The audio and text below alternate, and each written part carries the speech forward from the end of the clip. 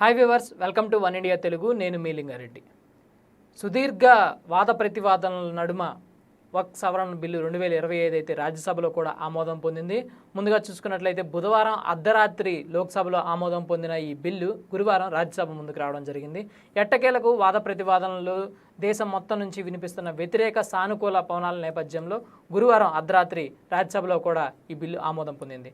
ఇది మొత్తం ఒక ఎత్తు అయితే ఇప్పుడు ఆంధ్ర రాష్ట్రంలో దీనికి సంబంధించి ప్రకంపనలు అయితే మొదలయ్యాయి. ముఖ్యంగా చూసుకున్నట్లయితే వైఎస్ఆర్ కాంగ్రెస్ పార్టీ ఈ బిల్లుకి లోక్సభలో అనుకూలంగా, రాజ్యసభలో వ్యతిరేకంగా ఓటు వేసిందని కూటమి సైడ్ నుంచి భారీ స్థాయిలో ట్వీట్లు ఈరోజైతే పడ్డం మనం చూస్తూ ఉన్నాం. ఇది బాగా ట్రెండింగ్లోకి వచ్చేసింది.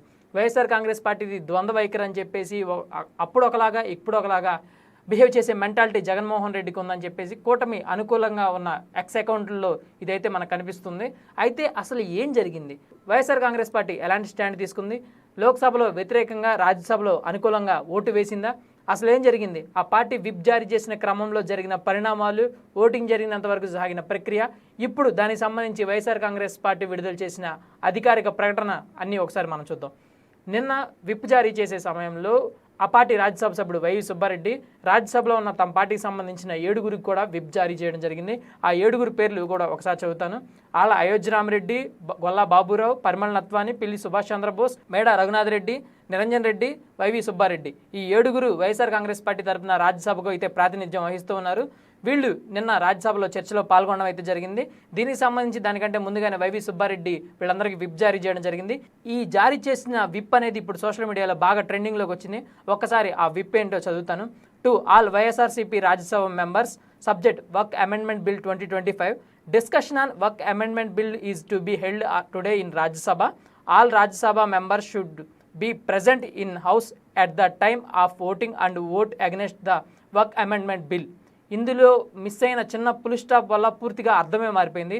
అందరూ అటెండ్ అవ్వండి, ఓటింగ్ సమయంలో నెగిటివ్గా ఓట్ వేయండి అనేది ఈ లేఖ సారాంశం, ఈ విప్ సారాంశం. అయితే అక్కడ మధ్యలో పుల్ స్టాప్ మిస్ అయిపోవడం వల్ల పూర్తిగా కాంటెస్టే మారిపోయింది. అయితే దీనికి సంబంధించి వైఎస్ఆర్ కాంగ్రెస్ పార్టీ ఎక్స్ వేదికగా తమ ఖండన అయితే విడుదల చేయడం జరిగింది. వైఎస్ఆర్ కాంగ్రెస్ పార్టీ ఎప్పుడు వక్ఫ్ బోర్డుకి సంబంధించి ముస్లింల మనోభావాలు దెబ్బతినే ఈ బిల్లుకు మేము సపోర్ట్ చేయమని చెప్పేసి ఖండన చేయడం జరిగింది. దాంతోపాటుగా వైవి సుబ్బారెడ్డి ఈ బిల్లుకు సంబంధించి చర్చ సమయంలో కూడా మాట్లాడడం జరిగింది. ఒకసారి వైవి సుబ్బారెడ్డి ఈ బిల్లుపై చర్చ సందర్భంగా ఏం మాట్లాడారో కూడా మీ ముందు. వక్ఫ్ బిల్లులో ముస్లింల అభ్యంతరాలను ప్రభుత్వం పట్టించుకోలేదు.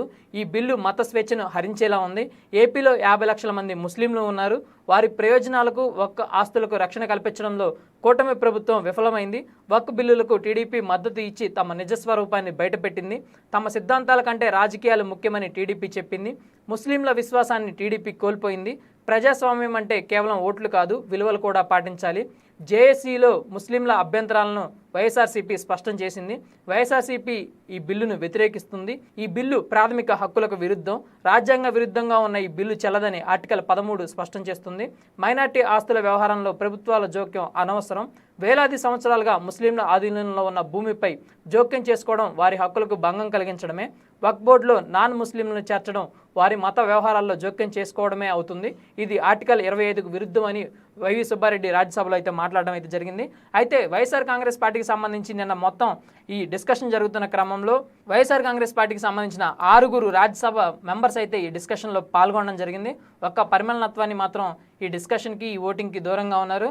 వైఎస్ఆర్ కాంగ్రెస్ పార్టీకి సంబంధించి ఈ డిస్కషన్కి అండ్ ఓటింగ్కి అటెండ్ అయిన వాళ్ళ ఫోటోను కూడా ఇప్పుడు మీరు డిస్ప్లే మీద చూస్తున్నారు.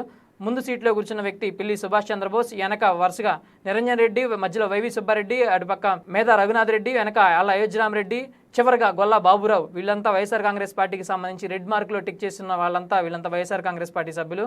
అయితే ఇక్కడ జరుగుతున్న మొత్తం కాంట్రాస్ట్ చూస్తే వైఎస్ఆర్ కాంగ్రెస్ పార్టీ ఈ బిల్లులో పాల్గొనలేదని చెప్పేసి టీడీపీ అధికారిక ట్విట్టర్లో కూడా ఒక ట్వీట్ని అయితే వేయడం జరిగింది. అయితే ఇక్కడ కీ పాయింట్ ఏంటంటే తెలుగుదేశం పార్టీ కూటమిలో భాగస్వామ్యం. సో కూటమిలో భాగస్వామ్యంగా ఉన్నప్పుడు నిన్న రాజ్యసభలో ఎవరెవరైతే ఏ పార్టీ నుంచి అయితే ప్రాతినిధ్యం వహిస్తున్నారో ఆ పార్టీ సిద్ధాంతాలకు అనుగుణంగా ఓటు వేయడం జరిగింది. వాళ్ళు వేసిన ఓట్లని కూటమి ప్రభుత్వం అధికారంలో ఉంది కాబట్టి అక్కడ కూడా బీజేపీయే కాబట్టి రాజ్యసభ సెక్రటరీ ఎవరెవరికి ఓటేశారనేది అఫీషియల్ ప్రెస్ నోట్ని లేదంటే అఫీషియల్ ఇన్ఫర్మేషన్ని కూటమికి ఇచ్చే అవకాశం ఉంది. కానీ వాళ్ళు అది కాదని వరుణ్ అనే ఒక వ్యక్తి ట్వీట్ చేసిన ట్వీట్ని తెలుగుదేశం పార్టీ దాంట్లో పెట్టి ఒక ఫోటోను కూడా మార్ఫింగ్ చేయడం జరిగింది. ఈ వరుణ్ అనే వ్యక్తి ఒక్కసారి అతని ట్విట్టర్ అకౌంట్ చూసుకున్నట్లయితే అతను తమిళనాడుకి సంబంధించిన వ్యక్తి. అతనికి ఆంధ్రప్రదేశ్ రాష్ట్ర రాజకీయాలతో ఎలాంటి సంబంధం లేదు. ఎలాంటి అథెంటికేషన్ లేని వ్యక్తిని, ఆంధ్రప్రదేశ్ రాష్ట్రంతో సంబంధం లేని వ్యక్తిని ఆంధ్రప్రదేశ్ రాష్ట్ర రాజకీయాల్లోకి ముడిపెట్టే ఏకైక ప్రధాన వక్ఫ్ సవరణ బిల్లుకి సంబంధించి అతను మెన్షన్ చేసిన ట్వీట్ని తీసుకొచ్చి ఇక్కడ తెలుగుదేశం పార్టీ వైరల్ చేస్తుంది. ఇది ఎంతవరకు అథెంటికేషన్ ఉంది అనేది కూడా ఒకసారి క్రాస్ చెక్ చేసుకోవాలి. ఎందుకంటే వాళ్ళని విమర్శించేటప్పుడు మనం కూడా మనం ఆత్మవిమర్శ చేసుకోవాలి. కాబట్టి ఈ క్వశ్చన్ని మేము రేస్ చేయడం జరుగుతుంది. సో వైఎస్ఆర్ కాంగ్రెస్ పార్టీకి సంబంధించిన సభ్యులు అటెండ్ అయ్యారు అనే దానికి ప్రూఫ్ అక్కడ మేము ముందుంచాము.